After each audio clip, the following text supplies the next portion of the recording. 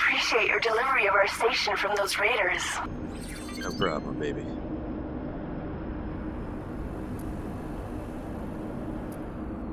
Wow. What up, invaders? It's your boy JK Flip Flop back again today with another X Rebirth video. Today we'll do something a little different. We're going to be taking a look at X Rebirth VR. It'll be our first look at the game. So far, I'm highly impressed with it. It's exactly what I would have hoped for. It's Rebirth, and you're actually sitting in the cockpit of the Pride of Albion. It's fairly amazing so far. I've been digging it. There's a few differences between normal, regular Rebirth, if you're used to that, and this VR version. But by and large, they play almost exactly identical. Of course, the big change, you can look around wherever you want. Little side panel here is actually a physical side panel. Alright, well, you heard the band. Let's go blow some shit up. Skipping ahead here, I've taken a trip down one of the local highways, gone to another zone. One of the stations here, they got a Xenon attack incoming, so we're going to pick up a defense mission from the Xenon, see if we can't kill some of the robot AI that's trying to invade this sector. You can see they have a Xeon K model in the area. K is their large capital vessel. I don't think I'm really in fighting shape to be taking those on quite yet. I just started the game. All my weapons are still level 1. My shields and engines are all still level 1, so I don't really have the loadout necessary to take on a capital vessel quite yet. But if we hang on a second, I believe we're going to have some smaller fighter craft coming in.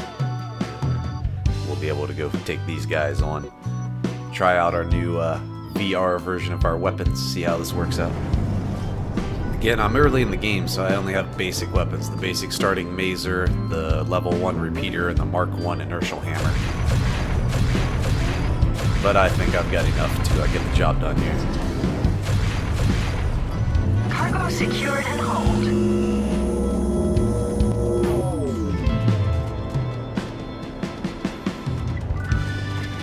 You can kind of see, if you look really hard, wherever I look, there's a little white dot in the middle of my vision. And that's actually how you aim the weapons in this version. It can aim wherever you look. And there's another big advantage to being in VR. You can actually track your target no matter which direction it runs off in. Cargo secured and hold. Alright, here we're going to use the soft spot on the back of the Xenon K. It has a place on its back where it can't actually fire on anything. So we're going to get it right up in its safe spot here. And I'm going to use this to demonstrate the head tracking feature of the weaponry. So it's kind of like an Apache helicopter. If you've ever seen the gunner in an Apache helicopter, the gun is tied to the helmet. So wherever you look with your helmet, that's where the gun shoots. So you can look over side to side, up and down. It's not an infinite range. It's not all the way around, like you can't shoot behind you. It's probably about a 45 or 50 degree arc in front of the ship where you can shoot, but still it's extremely cool that you can look around and use your head to aim at ships. It gives you a definite edge over top of before where you actually had to swing the ship around. And that is optional, so you can go back to the old way where you're actually aiming with the nose of the ship, and then where you're looking has no effect on your guns as well. So you have your option, but I really like having the head tracking on it. It makes it feel like an advanced starship instead of just, you know, a video game box that you're flying around with a gun stuck on the front of it. Entering the third Duke. So we've jumped over to the third Duke here. I've spotted a HOTAS, which is a pretty weak capital vessel. I need to max out my Marines here. I've previously went and bought a boarding officer with 5 stars, but he's still got a few boarding levels to go. He needs some experience. And I need to max out up to 50 rookie Marines to go with him. Guess what I have for you? I want to hire Marines. So once I've got these Marines here, I'll be able to actually do a boarding operation on a capital ship, and since there's an enemy HOTAS here, What about something else? it's the perfect ship to start out on. Good deal. Because my boarding strength is going to be very, very low, so this ship being so weak, this will be the perfect place to start.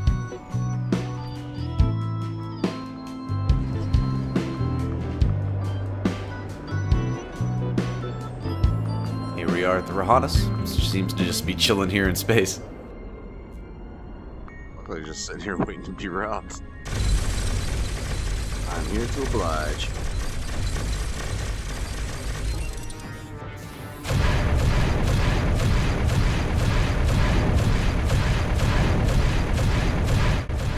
And as I mentioned earlier, I'm going to have to go blow all the surface elements off this ship and get its hull down to a very low value, because my boarding strength, as we'll see here in a minute, is going to be very, very low. I only have rookie Marines, no elites or veteran Marines. They level up as you use them. If they survive a boarding operation, they have a chance of leveling up to the next level of Marine, which makes them more effective, which means you need less of them to go after heavier ships.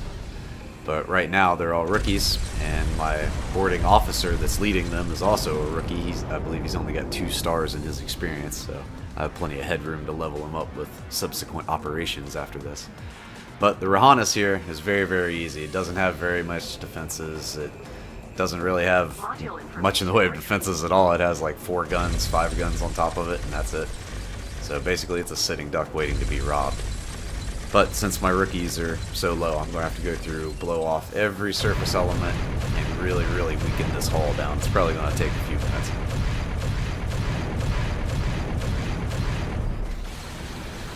And I'm telling you, whatever the hell it is they make this drone bay out of, they should just make the entire ship out of it, because it is damn near indestructible. Everything else I've chewed through like butter, but this thing is taking forever to kill.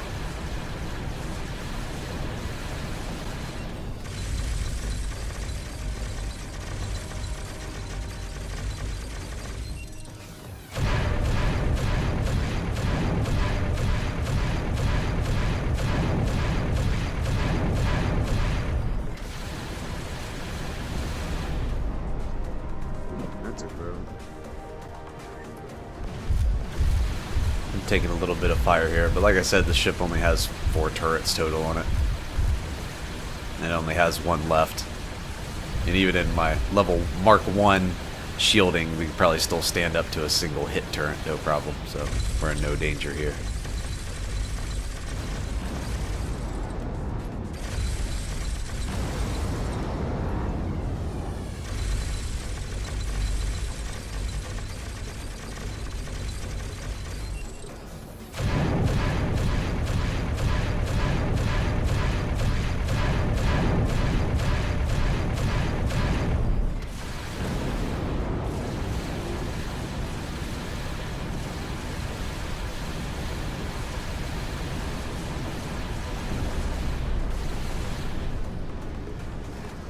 You also have to take off the radar antenna. A lot of people forget about, or some people don't even know, that this radar antenna that's usually attached, even though it doesn't really do anything, it still counts towards the boarding rating of the ship. So you always want to take that out as well. I believe that is all the surface elements. Now we just have to start work on the hull itself. Still getting a little used to these different controls here. Got the info for the enemy ship. And there. Alright, so that's... The HOTAS has a boarding rating of 28. Oops. I'll check my own status. Not quite. So now I'll go in, weaken the hull down. Once I get a little bit below 50%, that should give me enough of a differential that my boarding strength will be higher than the ship's boarding strength that I'm going for, and then my boarding should be successful with minimal loss of Marines. So I'll have the most amount of my Marines to level up and use again on the next operation. And hopefully they'll be a little more powerful when I do.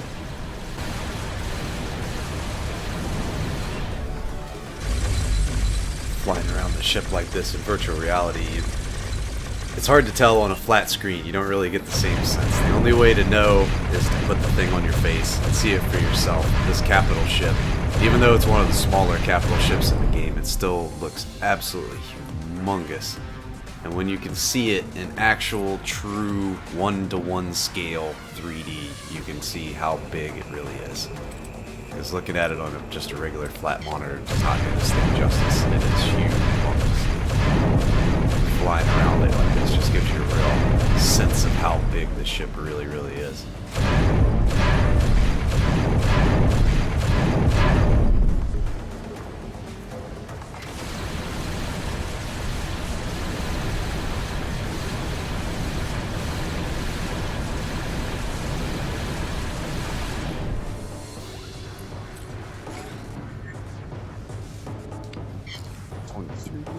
I am 24. Alright. So that was enough. Now we've done enough damage to drop its boarding rating below our boarding strength, so we should be able to actually initiate the boarding op now. Launch our Marines Let's in. make sure there are no nasty surprises first. Here we go. Well, in my best guess, we might as well drop right here. Launching pods. Let's make sure they get there in one piece. And they are all Pod on the little way. physical objects. They're physical pods, so when you're softening up the hull, you have to be sure that you don't accidentally shoot your own Marines, because you can Boys. kill them in flight.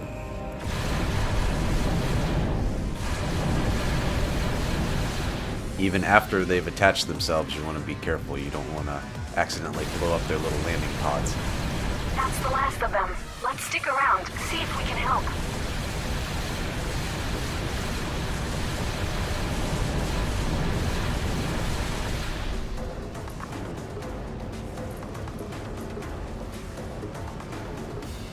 They're stuck all over like little ticks. And we do have to keep damaging the hull, because the enemy engineer is still on board the ship, and he's constantly repairing it. And if he manages to repair their boarding strength Get up and above move forward. what our boarding strength is, even in the middle of the operation, we'll start losing our Marines like crazy. So we have to keep flying around and doing damage to the hull and keeping the boarding strength down for the enemy.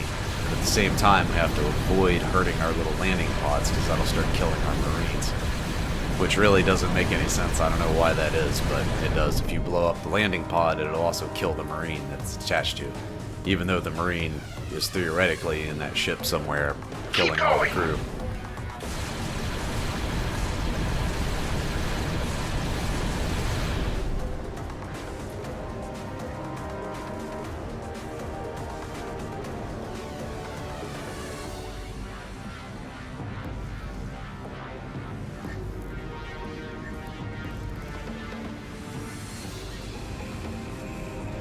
And while the game is pretty awesome, it does still have a few bugs that need to be worked on. So right here, you can't really tell because you can't see my other eye, but each eye is displaying a different level of detail. So in my left eye, I'm seeing really, really high detailed textures and light reflections and stuff. And in my right eye, I'm seeing all really low detailed textures and really low resolution lighting details. And when your brain puts those two images on top of each other, it really starts freaking out and hurting. So I'm taking a screenshot here so I can report it to the EgoSoft guys. Keep going. They usually have really good support on their games, Oh, so lost 2. I have no doubt they'll fix that eventually.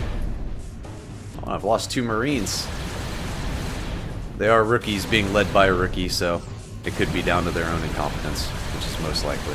I don't think the boarding strength has got back up far enough that it's giving them any issue, but I'll keep putting some hot lead into the hull anyway. The target is well and truly ours. What a team. Great job. Keep it safe for a Job, bit. boys. We're bringing in a new commander. Alright, boarding operation successful. This puppy's mine. Now I just have to fly around, find a crew, and load this thing up. Unfortunately, I'm going to have to leave it undefended for a little bit. Back to me, buddy. Bring my boarding officer and all my Marines back on board. There's no reason to leave them here. You can celebrate on board after a job well done. Help yourselves to the blow, gentlemen. Don't walk past. I have everything you need here. Show me your skills, please. Yeah. So this, in my opinion, is another big upgrade from the normal version to the VR version, is that you don't have to do the minigame anymore to see their skills. You simply radio Yes. the NPCs What's in up? question and ask them for their skills, and they show it to Show you. me your skills, please. Agreed. In the old version, you had to land on a station and talk to them and do this big long mini game for each and Yes. every one you Show me wanted your to interview. skills, please. Yeah. So, It was a huge Wow. pain in the butt. This is an unpleasant surprise. But now you just ask. Show It's me much, your much, skills, much better. please. Sure. you suck. It was especially frustrating in the old version, like in this situation, where everybody sucks in the entire zone. You can't find Show a me your competent skills, employee. please. Here you go. So you'd waste about 30 minutes running around doing that dumb You little suck. mini game Alright. and not even find anyone worth a crap to put on your ship. I'm snug and cozy back here. And I believe that's the end of our first look at XVR. So far, really enjoying it. First impressions are extremely positive. It's exactly what I expected and hoped that it would be.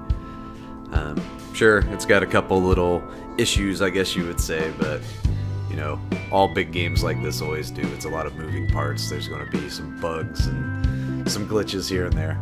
It's expected. But overall, extremely positive.